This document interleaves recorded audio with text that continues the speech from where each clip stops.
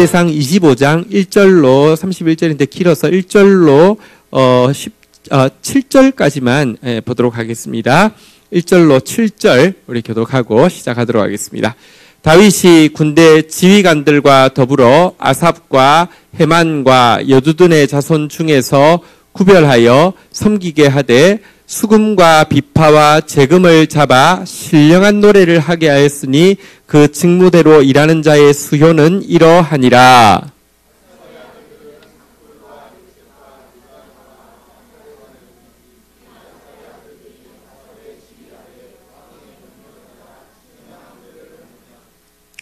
여두둔에 이르러서는 그의 아들 그달리아와 스리야와 아사야와 시므이와 하사바와 마띠디아 6사람이니 그의 아버지 여두둔의 지휘 아래 수금을 잡아 신령한 노래를 하며 여호와께 감사하며 찬양하며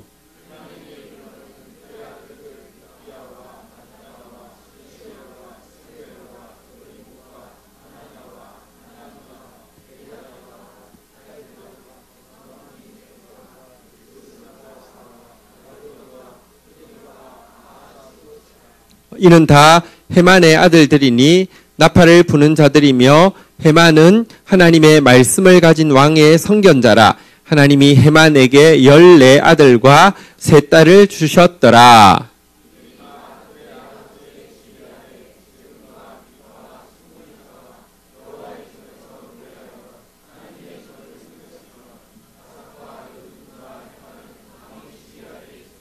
어, 7절 같이 읽도록 하겠습니다. 시작.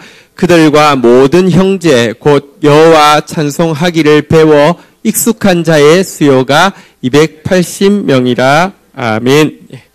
우리 찬양대를 다윗이 정비하고 있는 장면을 좀 보도록 하겠습니다. 여러분 사실 모세의 율법에는 찬양대에 대한 규정이 나와 있지는 않습니다. 그런데 다윗은 이 찬양대를 제사장 레위인과 마찬가지로 24반차를 만들고요. 제사장 레위인과 또 마찬가지로 성전에 이렇게 1년 내내 돌아가도록 해서 봉사하도록 하게 했는데요.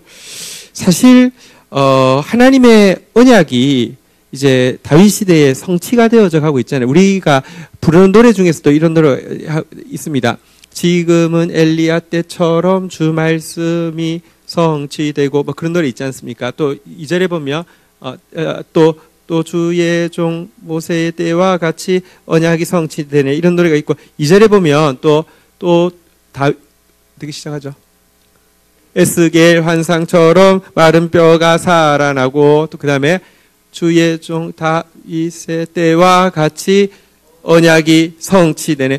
그러니까 언약이 성취되는 것.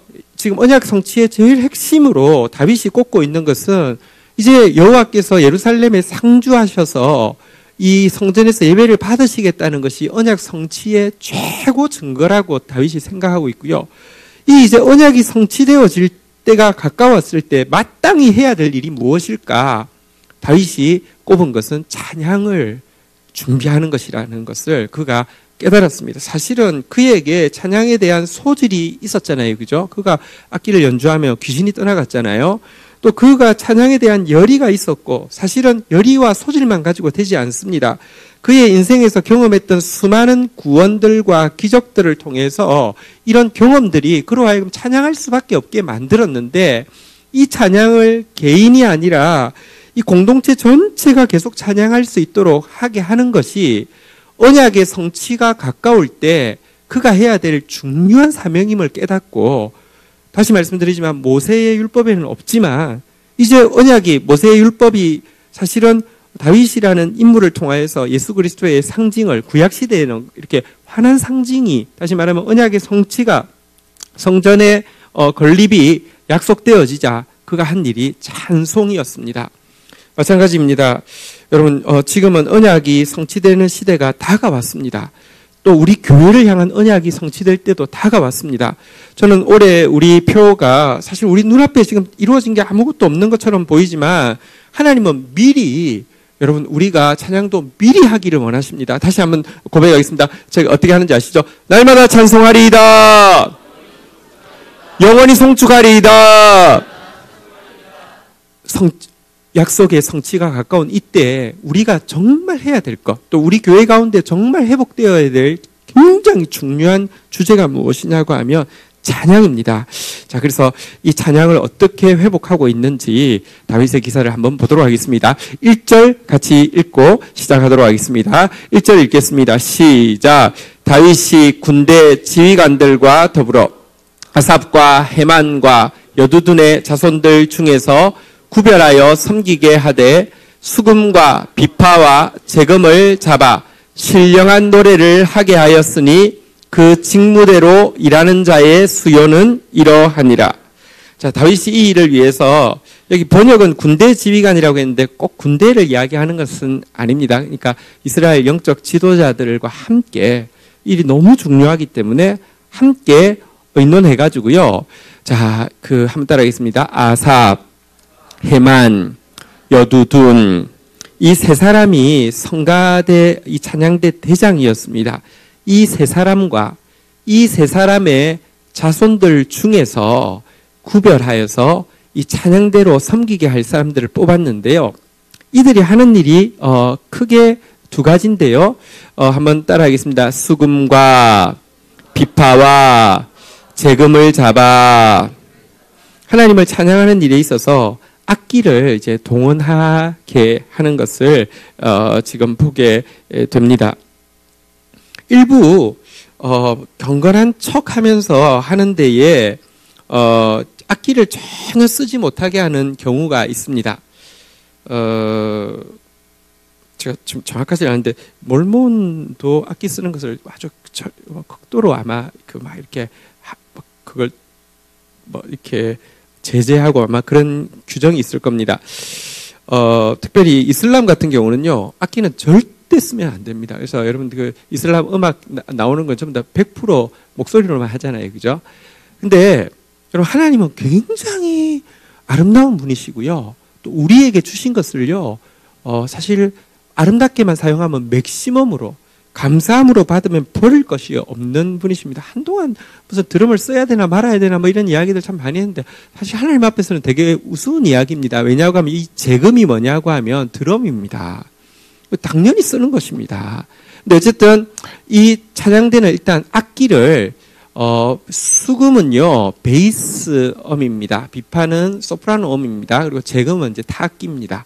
이것을 가지고 이제 악기를 연주합니다. 하나님을 찬양대가 하는 중요한 일은 악기를 연주하는 것입니다.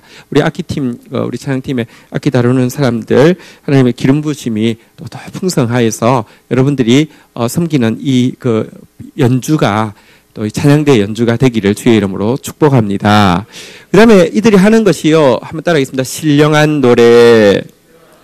그들이 부르는 것이 신령한 노래를 부르게 했다. 이런데 이제 악기라는 것은 이제 이 하드웨어라고 하면 소프트웨어는 신령한 노래다 이렇게 되어 있습니다.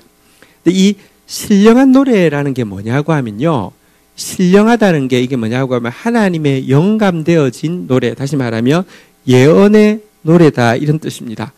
그러니까 이들에게 무슨 악보가 있는 게 아니고 이들에게 무슨 주어진 가사가 있는 게 아니라 하나님께서 그들이 찬양하려 할 때 예언의 말씀을 주시면 그게 막 이렇게 퍽 터져 나와서 예언하는 노래를 부르고 거기에 또 맞추어서 악기가 막 연주되어지고 이러는 일을 이 찬양대가 하게 했다 이렇게 되어 있습니다.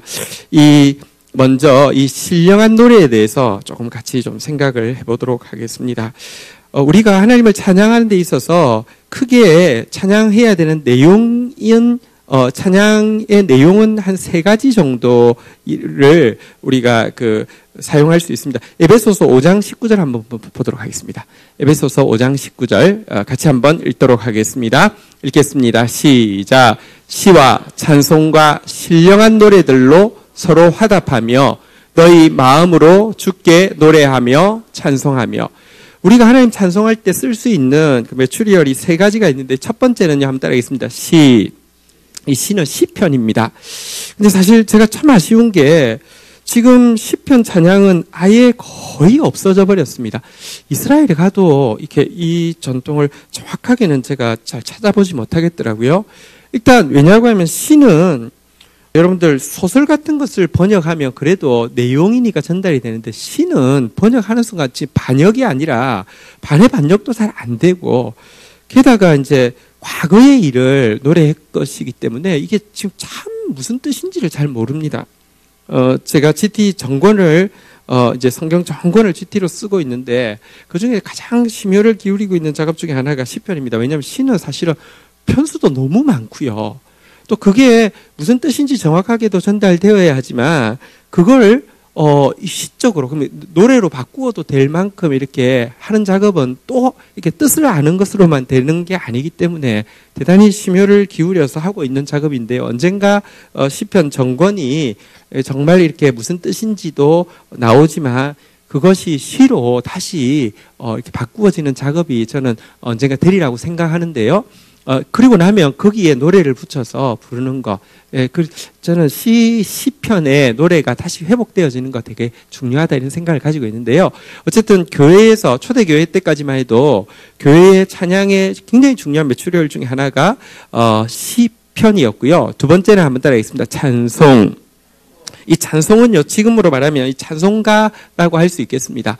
전래되어 내려오는 성도들의 영감 받은 이 찬송들, 이것도 굉장히 좋습니다.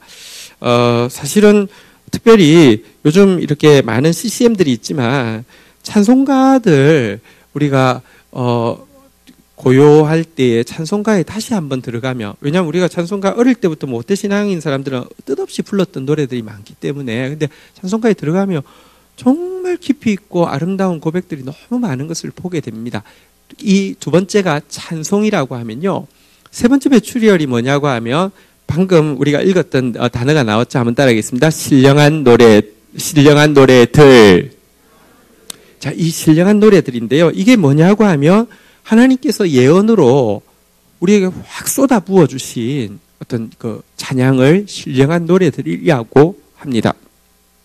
앞에 두 개는 어떤 의미에서 텍스트가 있죠. 시편도 텍스트가 있고 찬송가도 텍스트가 있는데, 초대교회에서 보면 뭐 했냐면 모이면 시편으로도 노래 부르고 또 찬송가로도 노래 부르는데, 또 하나의 중요한 노래가 무엇이냐고 하면 신령한 노래들이었습니다. 성령이 임하고 나니까 그 시간에 성도들이 함께 모이면요, 갑자기 어떤 사람이 막 이렇게 신령한 노래를, 그러니까 하나님이 자기 노래가 아니라, 자기가 준비한 게 아니라 하나님이 쏟아부어 주신 내용과 곡조를 가지고 막 신령한 노래를 부르는 일들이 일어나게 되었다는 것입니다. 성령께서 임하실 때 나타나는 중요한 현상 중에 하나가, 한번 따라하겠습니다. 거룩한 무질서. 여러분 보십시오. 시, 찬송, 이거만 하세요. 이거만 하세요. 제가 대학 다닐 때 한 단체, 이제 선교단체 중에 한 단체가 되게 훈련을 엄청 강조하는 단체인데, 단체가 훈련을 강조하다 보니까 성령을 받았다고, 물론 뭐 저는 성령 받았다는 사람 중에 하도 이상한 사람들이 많으니까 뭐 다 인정하는 건 아니지만, 성령을 받았다고 하면 이 규율이 잘 안 들어가는 거예요. 혹은 이 규율이 막 헷갈리는 거예요. 자기들은 예배 패턴이 딱 정확하게 설정되어 있는데 성령 받은 사람이 나오면 시간도 자꾸 어기기도 하고, 아니면 뭐가 이게 혼란을 주니까, 그래서 아예 성령이라는 단어 자체도 거의 못 쓰게 만드는 그런 경우를 보게 되었습니다. 근데요, 여러분, 이게 옛날에, 요즘 많이 쓰지 않는데 퍼지 이론이라는 게 그런 거지 않습니까?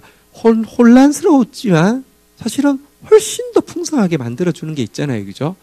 성령이 임할 때 예배의 주도권을 우리가 지지 않고 하나님이 지실 때 무질서 같은데 완벽한 질서를 회복시키는 거룩한 무질서가 초대교회에 임하게 되었습니다. 그래서 시편으로도 부르고 찬송으로도 부르는데 신령한 노래들이 나와서 막 이렇게 갑작스럽게 노래하게 되는 일이 있었던 것을 보게 되는데, 이 일을 위하여서 이 지금 사실은 이때 다윗이 이것을 세울 때는 시편이 없었잖아요. 그죠? 왜냐하면 그 이후로 이제 막 시편들이 막 나오는 것이니까. 그리고 뭐 찬송도 없었죠. 왜냐하면 그 앞에 있는 찬송은 몇 개 안 되니까. 근데 이때 이들이 바로 이제 이후에 우리에게 시편이 되고 찬송이 되는 일들을요, 사실은 그때에는 신령한 노래들로 막 쏟아내게 했는데, 그런 예들을 말하자면 이런 것입니다. 여러분, 그 미리암이 이렇게 그 홍해를 딱 건너고 나서 노래를 갑자기 성령이 임해서 솟구치면서 노래를 막 불렀잖아요, 그죠? 근데 미리암이 홍해 앞에 딱 섰을 때 뒤에서는 막 적군이 막 쫓아오고 있고요. 앞에는 막 푸른 바다가, 큰 바다가 있고요. 백성들은 막 두려워하는데 느낌이 왔어요. 아, 이게 갈라질 거야. 그리고 갈라지고 중간에 이 적들은 다 물에 빠져 죽을 거야.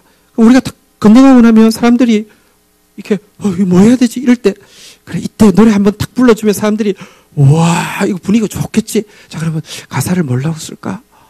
거기다가 악기를 어떻게 해서 이때 클라이막스를 주고 이렇게 해가지고 이렇게 하면 내가 인기 남들보다 항상 앞서가야 돼 하면서 여러분 계속 그 생각하고 있었겠습니까?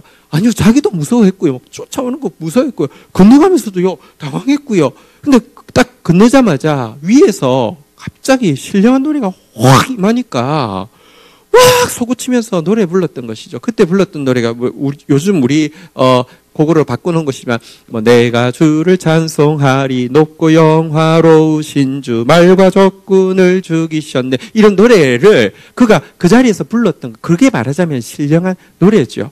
한나가 혹은 또 마리아가 그 잉태한 사실을 듣고 나서는 하나님 앞에서 갑자기 노래했던 장면이 나옵니다. 근데 이것은 무슨 미리 마리아가 어느 날 그래 뭔가 천사가 올 것 같은데 우리 배가 자꾸 불러지는 거 보니까 애가 생길 것 같은데 자 그때 가만히 있으면 뻘쭘하겠지, 노래를 하나 준비할까, 이런 게 아니잖아요, 그죠? 이게 주도권을 하나님께서 지시고는 위에서 확 쏟아 부어 주시는 노래가 신령한 노래인데요. 여러분들 이런 노래가 있고 또 이런 노래를 부를 수 있어야 합니다. 저와 우리 공동체와 여러분들 가운데서도 이런 신령한 노래가 있기를 주의 이름으로 축원드립니다. 연습은 안 하셔도 됩니다. 천국 가면요, 신령한 노래들을 우리가 부르게 될 텐데, 그래서요 한번 따라하겠습니다. 천국에서 부르는 신령한 노래들을요 요한계시록에 보면 한번 따라하겠습니다. 새 노래. 한 번도 배운 적이 없는데 쏟아져 나오니까 영원토록 새 노래를 부른다고 했습니다. 왜냐고 하면 여러분들 사랑하는 사람을 노래 불러줄 수 있지만 조금 부르면 식상합니다. 그러나 우리 예수 그리스도는 너무 아름다워서 영원토록 새 노래를 불러도 조금도 아쉬울 것밖에 없습니다. 그래서 천국에서는 신령한 노래가 새 노래로 임해서 막 쏟아지게 나오게 될 터인데, 우리가 성령에 충만하면 여러분들 찬송가를 불러도 눈물이 나고, 혹은 시를 지금은 노래로 안 돼 있지만 시편을 보아도 막 깨달아지고 감동이 되어지지만, 또 성령 충만하여서 이 신령한 노래를 부르는 이 경험을 저와 여러분들이 하기를 주의 이름으로 축복합니다. 제가 21살에 23살의 왕의 아이들 처음 쓰게 되었는데, 그로부터 한 2년 전부터 거의 한 2년간 좀 신기한 일이 일어났습니다.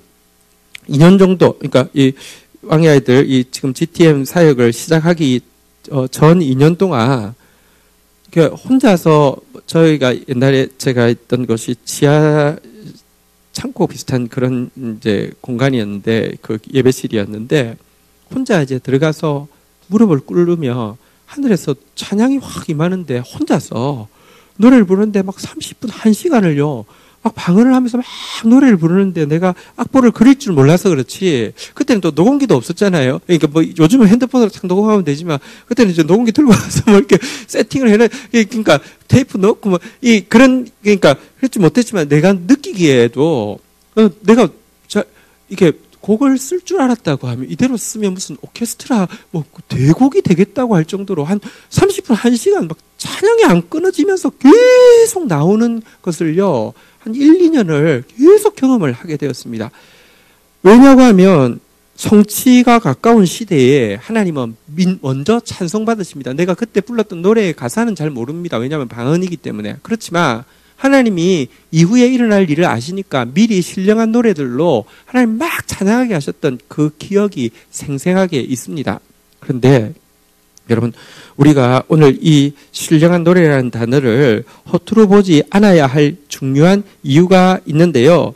그 이유는 무엇이냐고 하면 하나님께서 대부흥을 주실 때에는 반드시 이 신령한 노래들이 동시에 회복되어지게 한다는 것이 비밀이기 때문에 그렇습니다.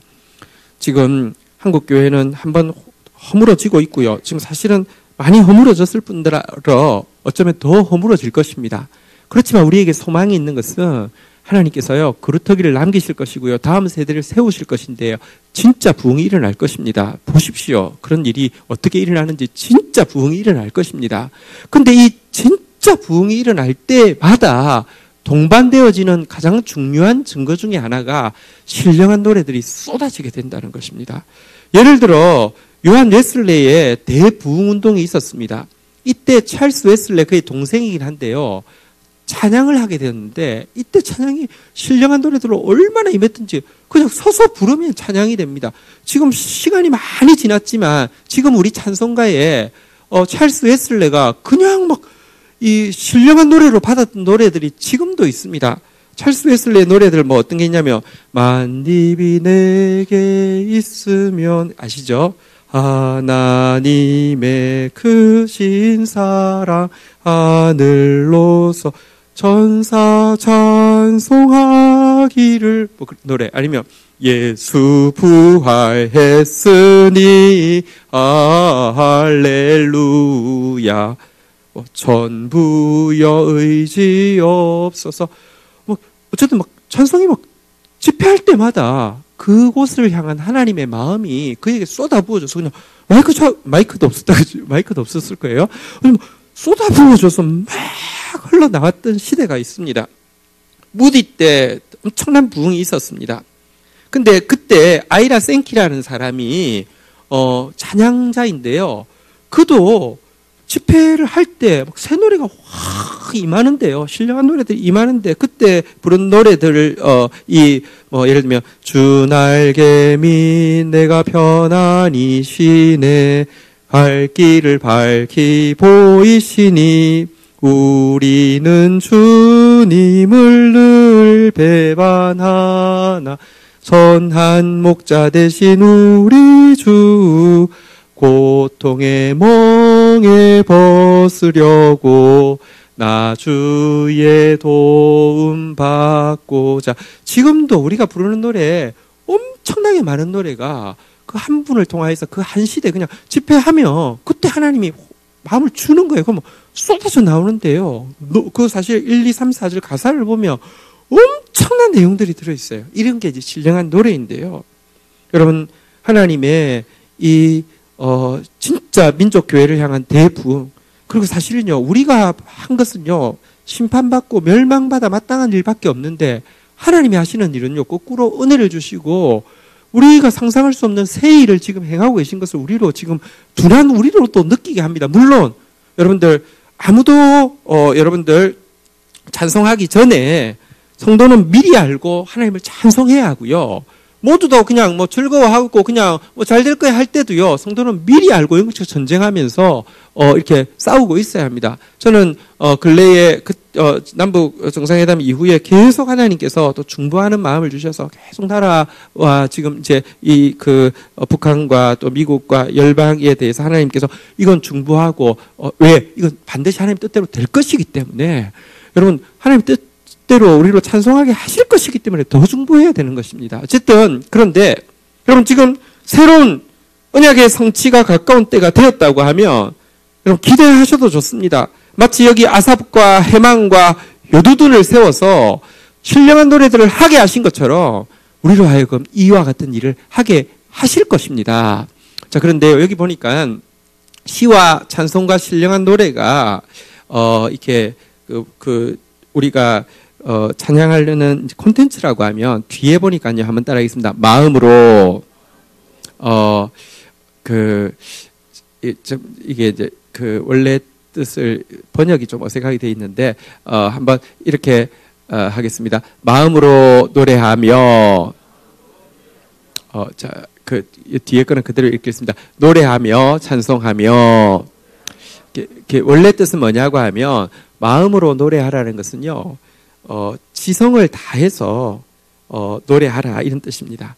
그 고백하고 있는 그 고백에 마음을 쏟아서, 그리고 그것을 그냥 분위기가 아니라 정말 영과 진리의 예배라고 했는데 진리를 제대로 알면서 찬양하기를 원한다 이런 말이고요. 뒤에 노래하며 찬송하며, 이것은 원래 뜻은요, 아름다운 곡조로 찬송하며 이런 뜻인데요. 그러니까 우리가 한편으로는 진리를 정확하게 알고 찬송해야 되고요. 또 한편으로는 정말 아름답게 찬송해야 된다. 그래서 이게 진리 예배라고 하면 이걸 영의 예배라고 할 수 있겠죠. 근데 이걸 드리는 방법은 영과 진리로 찬양해야 된다는 것입니다.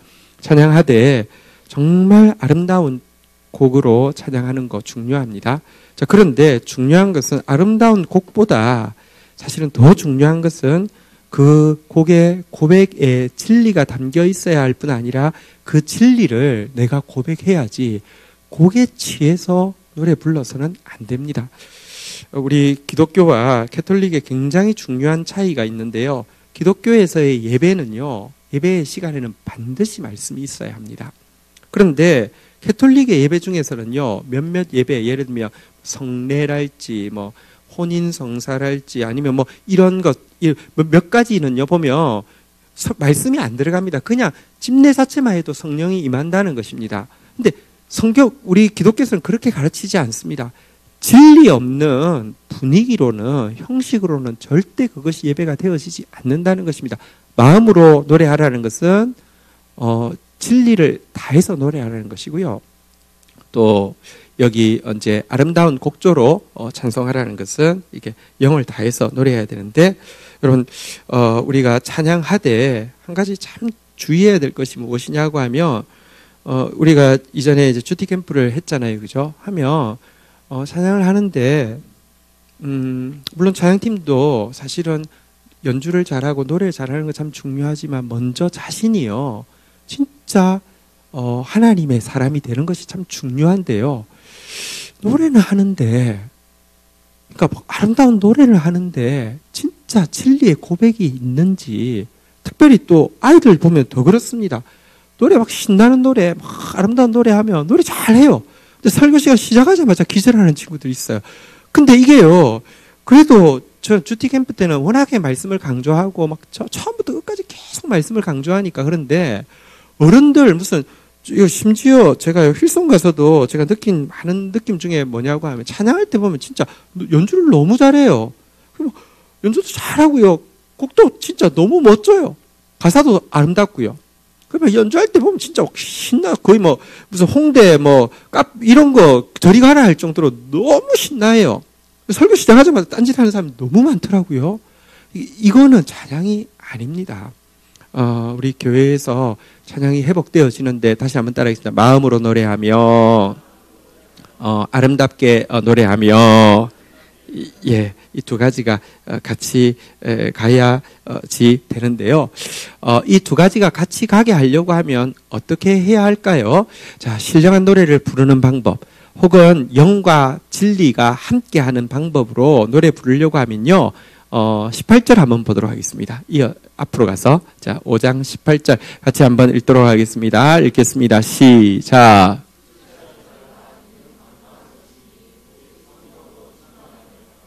술 취하면 나타나는 증세가 일단 퍼지입니다.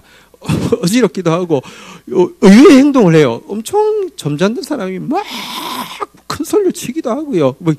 이 종잡을 수 없는 행동을 하잖아요. 또 술 취하면 나타나는 중요한 증세가 뭐냐고 하면 젓가락 두드려서 노래를 부르는 일이 나타나요. 그렇지 않습니까? 옛날에 제가 유행가를 진짜 전혀 거의 모릅니다. 대학 다닐 때 가면 젓가락 두드리면서 그 뭐죠? 모르겠어요. 가사도 잘 모르겠고요. 근데 여러분, 술 취하면 노래 부르게 돼 있고요. 의외의 행동을 하게 돼 있어요. 근데 물론 깨고 나면 감당이 안 돼서 문제지만, 근데요, 진짜 이 거룩한 무질서가 어떻게 임하느냐? 맨정신으로는 안 됩니다. 근데 성령이 임하면 이런 역사가 일어나고요. 그리고 성령이 임해서 부르게 한 찬송은요, 또 성령이 임해서 고백하게 한 진리는요, 그대로 이루어질 것이기 때문에 굉장히 아름답습니다. 교회가 성령 충만함으로 말미암아 진짜 이 신령한 노래가 또 시와 찬송이 그리고 진리의 고백이 아름답게 회복되어지기를 주의 이름으로 축복합니다. 자, 그런데요, 이 찬송이라는 단어는 어쩌면 대단히 종교적이지만 찬송한다는 것이 일상의 용어로 바꾸면 무엇일까요? 20절 한번 가서 여기 이제 설명은 여기서 이제 마치겠는데요. 20절 같이 한번 읽도록 하겠습니다. 읽겠습니다. 시작.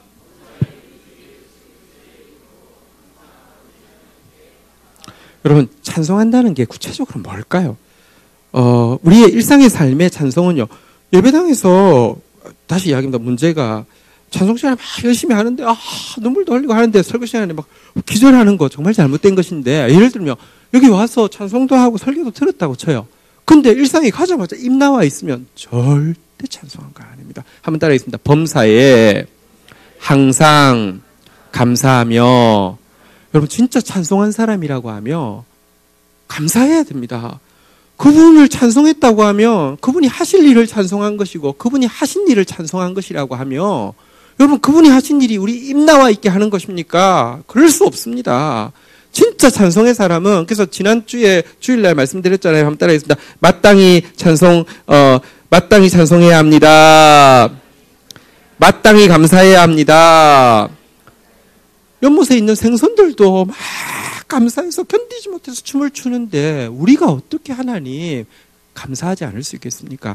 여러분들, 찬송은 곧 감사입니다. 다시 한번 따라하겠습니다. 범사에 항상 감사하겠습니다.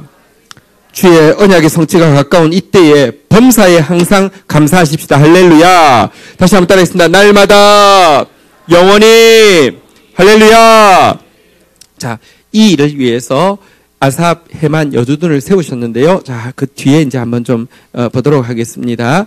자, 우리 이제 2절 읽을 차례이죠. 2절 같이 한번 읽도록 하겠습니다. 읽겠습니다. 시작.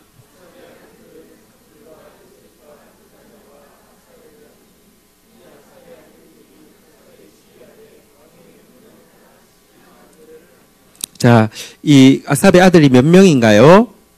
삭굴, 요셉, 느다냐, 아사렐라. 아사렐라는 이름이 좀 무슨 요리 이름 같아, 그죠? 자, 아사렐라. 예. 자, 근데 4명이네요. 자, 이 사람들이 24반차의 지휘관들이 되었습니다. 일단 그 4명이고요. 여기에 한번 따라 하겠습니다. 아삽의 지휘 아래 왕의 명령을 따라 신령한 노래를 하며, 보십시오. 신령한 노래라는 게 성령이 임했는데, 그러니까 신령한 노래는 예언의 노래인데요. 성령이 임했는데, 여기 그 고린도서에 보면 중요한 이야기를 합니다. 여러분, 예언이 임하면 절제가 될까요? 안 될까요? 절제가 됩니다. 절제가 안 되는 예언은 예언이 아닙니다. 지금 성령께서 이야기해서 그거 안 됩니다. 이게 보면요, 그거는 거짓말하는 겁니다. 하나님의 성령이 임하면요, 다시 한번 따라하겠습니다. 아삽의 지휘 아래 왕의 명령을 따라.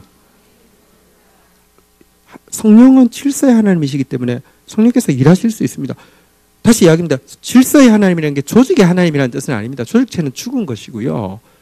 교회는 유기체입니다. 몸 안에서 일어나는 일이기 때문에 얼마든지 성경에 보면요, 예언이요, 아주 평범한 사람에게 급하게 예언이 임해서 이야기하고요. 그걸 또 받아들이고 이런 일들이 나옵니다. 조직이 아닙니다. 그런데 이것은요, 성령께서 하시면요, 지휘 아래 명령을 따라 질서 안에서 이루어지는 것입니다. 자, 에단, 그 다음, 두 번째 에단에 대해서 3절에서 여두둔에 대해서 설명하는데요. 우리 시편에서 에단이라고 나오면 여두둔하고 같은 말입니다. 자, 3절 한번 같이 읽도록 하겠습니다. 읽겠습니다. 시작.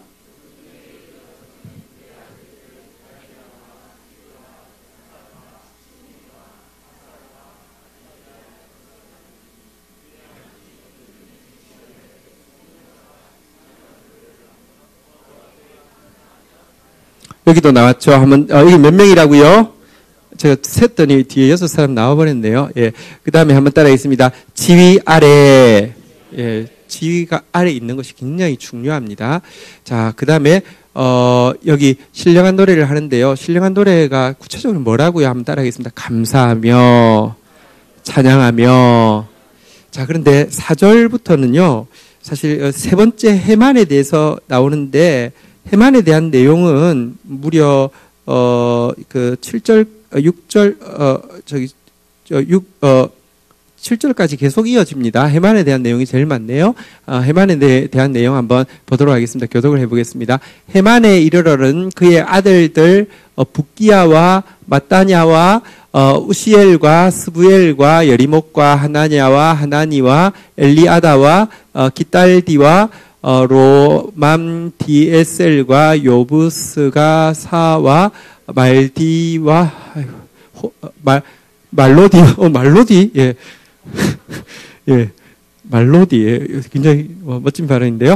호딜과 마하시옷이라. 자, 여러분 읽겠습니다. 5절 읽겠습니다. 시작.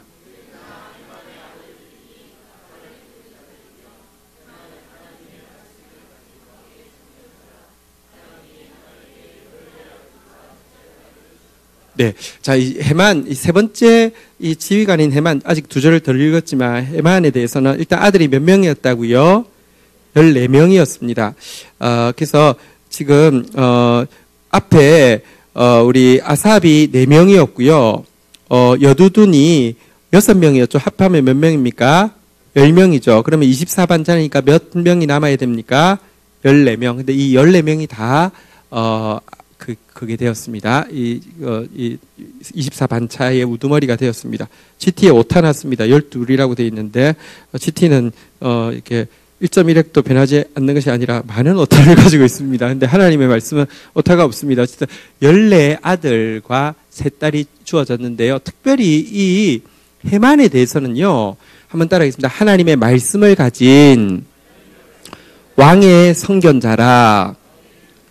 여러분,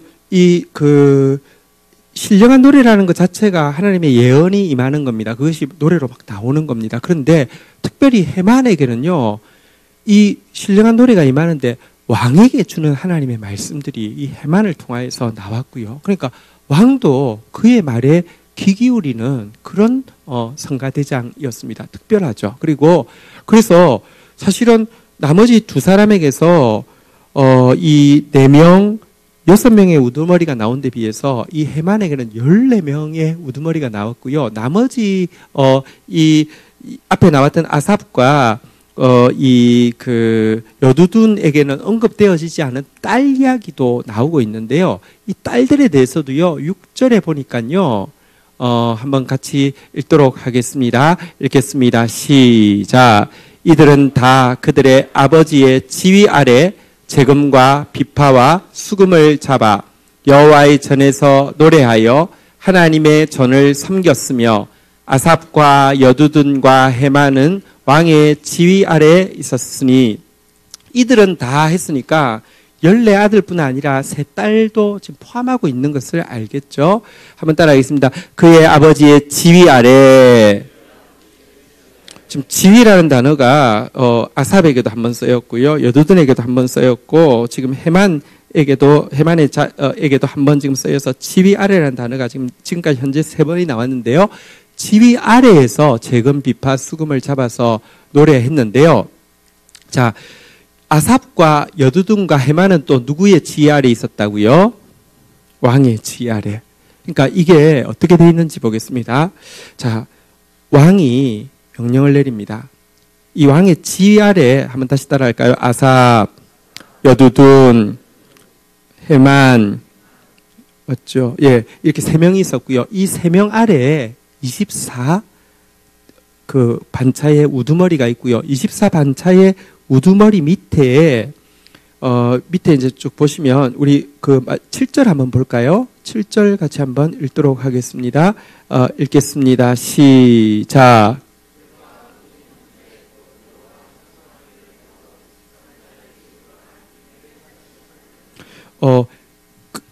288명 24 곱하기 12 하면 288명인데요. 한 반차마다 12명의 찬송에 익숙한 자, 그러니까 이 찬송을 잘하는, 찬송을 가르칠 수 있는 지휘할 만한 급의 또 중간 리더가 288명이 있었습니다. 근데 이들은 24반차의 우두머리의 지휘 아래 있고요.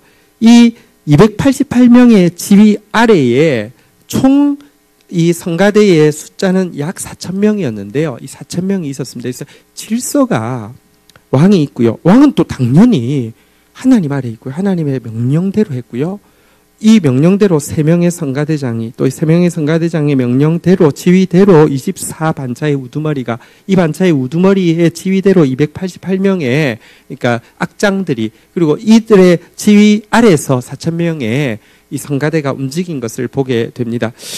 여러분, 우리가 오늘 구체적으로 좀 우리가 중보하고 나아갈 것은 이제 하나님의 때가 임박했기 때문에 우리도 찬송해야 하고, 우리도 마땅히 감사해야 되는데, 나아가서 교회 가운데 아삽과 헤만과 여두둔과 같이 정말 신령한 노래, 그 시대에 찰스 웨슬레나 아이라 생키와 같은 하나님의 사람들이 세워지는 것을 위해서 중보해야 합니다. 그런데 중보해야 될 또 중요한 것이 무엇이냐고 하면요, 찬양하는 자는요, 특별히 이 지휘 아래라는 단어가 오늘 3명 다 쓰였고, 또 왕에게 쓰여서 4명이 다 쓰여 있습니다. 4번이나 나오고 있는데요. 권위와 질서 아래 있는 것이 너무너무 중요합니다. 찬양, 현실적으로 그렇습니다. 찬양한다는 사람들 보면요, 대단히 건방집니다. 대단히 제멋대로입니다. 질서라는 걸 알지를 못합니다. 대단히 그만합니다. 이런 문제가 항상 반복되어집니다. 실제 여러분, 천상에서도 찬양하던 천사가 사실은 사단으로 전락했지 않습니까? 이게요, 교만이 들어가기가 너무 쉽고요. 이런 위험이 있습니다. 그러나 모두 찬양하는 자는 다 모두 그렇다는 것이 아닙니다. 진짜 찬양하는 자들이 있습니다. 우리 가운데 그런 사람들이 세워질 수 있도록 우리 기도하십시다. 왜냐하면 이게 하나님의 때에 하나님의 뜻을 알고 기도하면요, 우리가 안 줄 거를 구하라는 게 아니라 주시기로 결정된 것을 구할 때, 하나님 주셨을 때 감격하게 되고요, 놀라게 되고요, 진짜 귀하게 받게 되기 때문에 제가 구하라는 것입니다. 안 될 걸 구하라는 게 아닙니다.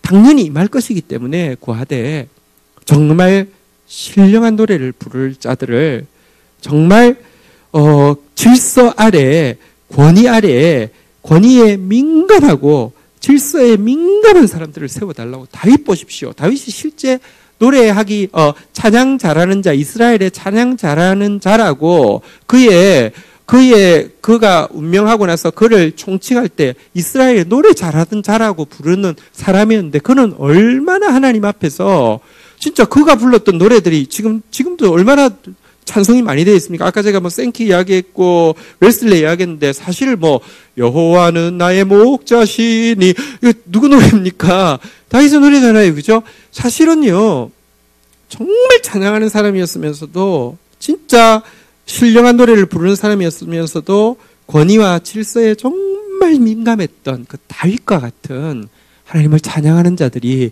공동체 가운데 세워지게 해달라고 하나님께 우리 기도해야 될 때입니다. 함께 기도하게 되기를 주의 이름으로 축복합니다. 자, 그런데요, 제가 재밌게 본 것이 한 가지가 있어서 이것에 대해서 조금 나누고 말씀을 정리하려고 하는데요. 아삽, 에단, 여두둔이 각각 신령한 노래들을 불렀는데, 아삽의 자손이 몇이라고요? 자, 여두둔의 자손이 몇이라고요? 자, 그 다음에 헤만의 자손이 몇이라고요? 14. 그러면 등수를 매기면 지금 1번, 2번, 3번을 꼭 사실은 이 자손이나 영향력 숫자로 치면, 자, 등수를 매기면 1등이 누구예요? 헤만. 2등이 여두둔, 3등이 아삽. 그렇잖아요. 그죠? 우리는 항상 등수를 매기기를 좋아하고요. 나는 몇 등이지? 내 위에 누가 있지? 내 밑에 누가 있지? 우리 속에 그런 마음이, 되게 못된 마음이 있어요. 근데 분명히 순서로 치면 헤만, 여두둔, 아삽 이렇게 돼야 되는데요. 재밌는 게 있습니다. 아삽의 신령한 노래 중에서 현재 시편에 남아있는 노래가 있습니다. 몇 개냐고 하면 12개가 남아있습니다. 에단은, 자꾸 에단이라고 이야기하는데, 에단이 여두둔입니다. 여두둔 노래는 3편이 남아있습니다. 자, 퀴즈. 오늘 성경에서 특별히, 가장 많은 4절을 할애하고 있고요. 14명의 아들이, 우두머리가 되었고요.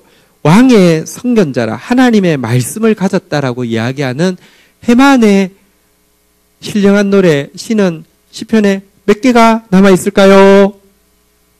자, 예, 누가 맞췄습니다. 자, 몇 개? 예, 승규 집사님 맞췄습니다. 안 남았습니다. 재밌지 않습니까?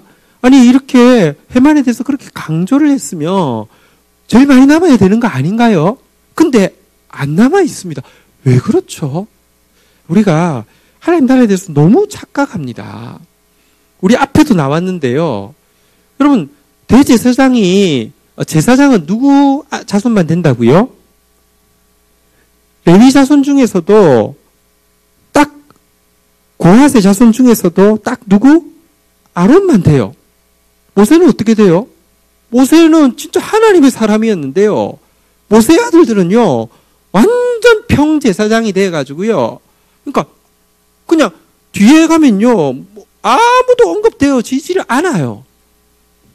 당연히 모세, 하나님의 사람 모세의 아들들이면요, 한 가닥씩 해야 안 되겠습니까? 보니까 모세가 사실은 뒤에서 뭘 잘못한 게 하도 많아가지고 하나님이 벌 줘서 그런 겁니까? 아닙니다. 해만 하나님이, 그는 하나님의 말씀을 가진 왕의 성견자라 그래서 14명의 아들을 줬는데 나중에 교만해져가지고 하나님께 확 깎아가지고 시편에서 다 빼! 그래가지고 다 뺀 겁니까? 아니에요. 그런데 왜 그렇게 하나님 앞에 귀하게 쓰인 사람의 것은 하나도 안 남아 있을까요? 여러분, 우리의 기준으로 보면요, 눈에 드러나는 것, 이게 굉장히 크지만, 그리고 또 눈에 드러나는 것은 결국은요, 사람들에게 우러름을 받고 사람들에게 높임을 받는 것이 크지만 하나님의 기준에서는요, 감추어지는 것, 작아지는 것이 훨씬 더 큰 것이 하나님 나라의 법칙입니다. 모세의 아들들이 감추어진 것이 더 하나님 나라가 된 겁니다. 지금 해만에 이 노래가 하나도 남지 않은 것이요, 하나님 나라가 된 겁니다. 그게 신비입니다. 하고 나서 내가 남으면 망한 겁니다. 하고 나서 내가 없어지면 성공한 겁니다. 여러분, 바흐가 곡을 엄청나게 많이 썼잖아요. 근데 실상 바흐 곡들이 하나도 안 남아 있었습니다. 이유가 무엇이냐고 하면 곡을 다 쓰고 나면요, 그가 사실은 이제 성가 대장이었는데요, 거의 한 주에 한 곡씩 써서 평생이 아니라 한 주에, 그때는 이제 예를 들면 이제 그 예배를 드리려고 하면 예배 순서 때마다 음악이 있잖아요, 그죠? 그러니까 한 주에, 지금 제가 정확한 것은 이전에 자료에는 있었는데 지금 잘 기억은 못 하겠는데, 한 주에 예를 들면 한 3번, 4번 노래를 부른다고 하면 3번, 4번 노래 부르는 것을 뭐 십수년, 20년 가까이 노래 불러도 다 못 부를 정도의 곡을 썼습니다. 근데 하나도 전수가 안 됐습니다. 나중에 그 곡을 누가 찾았죠? 여보? 맨델스존이 찾았어요? 맨델스존이 나중에 찾아내서 그나마 지금 찾았는데, 찾아낸 것만 해도 곡수가 엄청난데요. 왜 하나도 안 남은 줄 아십니까? 딱 쓰고 나면요, 그건 진짜 신령한 노래죠. 완전 그냥 그 자리에서 그 대곡을요, 그냥 막 써줘요. 그게, 그러니까 자기도 이게 내가 쓴 게 아니라 하나님 거라는 걸 알아요. 이게 그렇게 쓸 수 없어요. 사람이 그럴 수 없어요. 보통은 예술가들 막 치어짜고, 그래서 사실 음악 하는 사람도 보면 이상한 사람 많아요. 뭐 찬양하는 사람뿐 아니라 음악 한다는 사람 중에 이상한 사람 많아요. 왜냐면 막 치어짜야 되니까 뭐 이상해요. 근데요, 이분이 그 엄청난 곡을 쏟아내는데 자기가 한 게 아니라 그냥 깨끗한 통로로만 사용되어지니까 곡을 쓰고 나서 그 밑에다가 솔라, 이거 영어로 치면 솔라, T, S, 그 다음에 데오, D, 글로리아, 이거 G, 그러니까 S, T, G라고 쓰고는 하나님께 영광 한번 쓴 곡이 하나님께 영광 돌렸으니까 버린 거예요. SDG 쓰고는 버린 거예요. 다 버리고 하나도 안 모았어요. 근데 이런 자세가요. 물론 그것을 하나님께서 그의 중심을 너무 예쁘게 받으셔서 저는 그렇게 생각해요. 천국 가면 사실 해만의 노래들을 우리가 막 부르게 될 것이라고 생각해요. 사실은 모세의 아들들 만나가지고요. 또 이렇게 성경에 다 기록되어지지 않은 수많은 이야기들 들으려고 생각해요.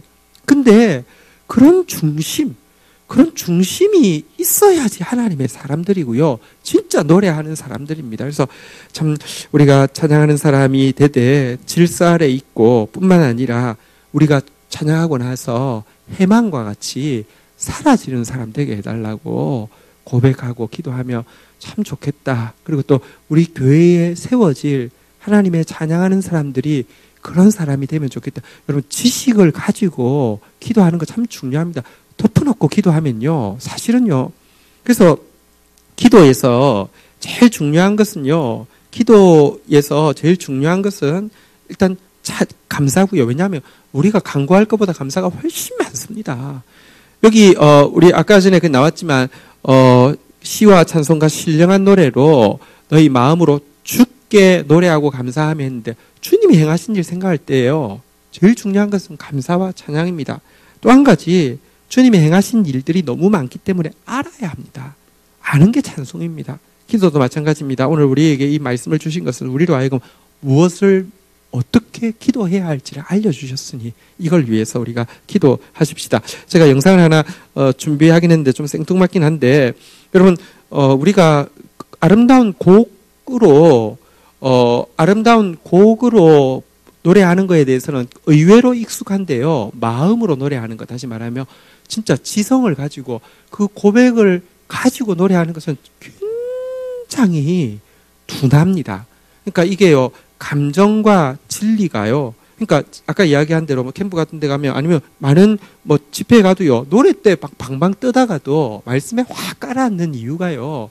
우리 인간은요. 그래서 다른 종교는 사실 분위기의 종교입니다. 종교심이 느껴져. 외경심이 느껴져. 뭐가 있을 것 같아. 그게 은혜 받은 것입니다. 기독교는 그렇지 않습니다. 말씀 없이는 아무것도 없었던 것입니다. 그런데도요, 우리는 이쪽에 굉장히 약합니다. 언제나 부르는 노래입니다. 그래서 다 압니다. 근데 이거 부르고 있으면 하나님 영광 받으실까요?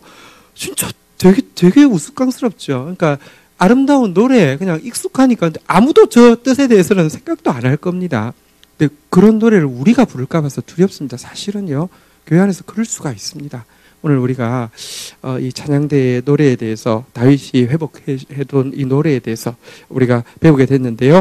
우리 같이 한번 그 하나님을 찬송하면서 나가는 시간을 가지도록 하겠습니다. 우리가 진짜 하나님 받으실 만한 찬송으로 우리가 주님 앞에 좀 나갔으면 좋겠습니다. 같이 한번 찬양하겠습니다.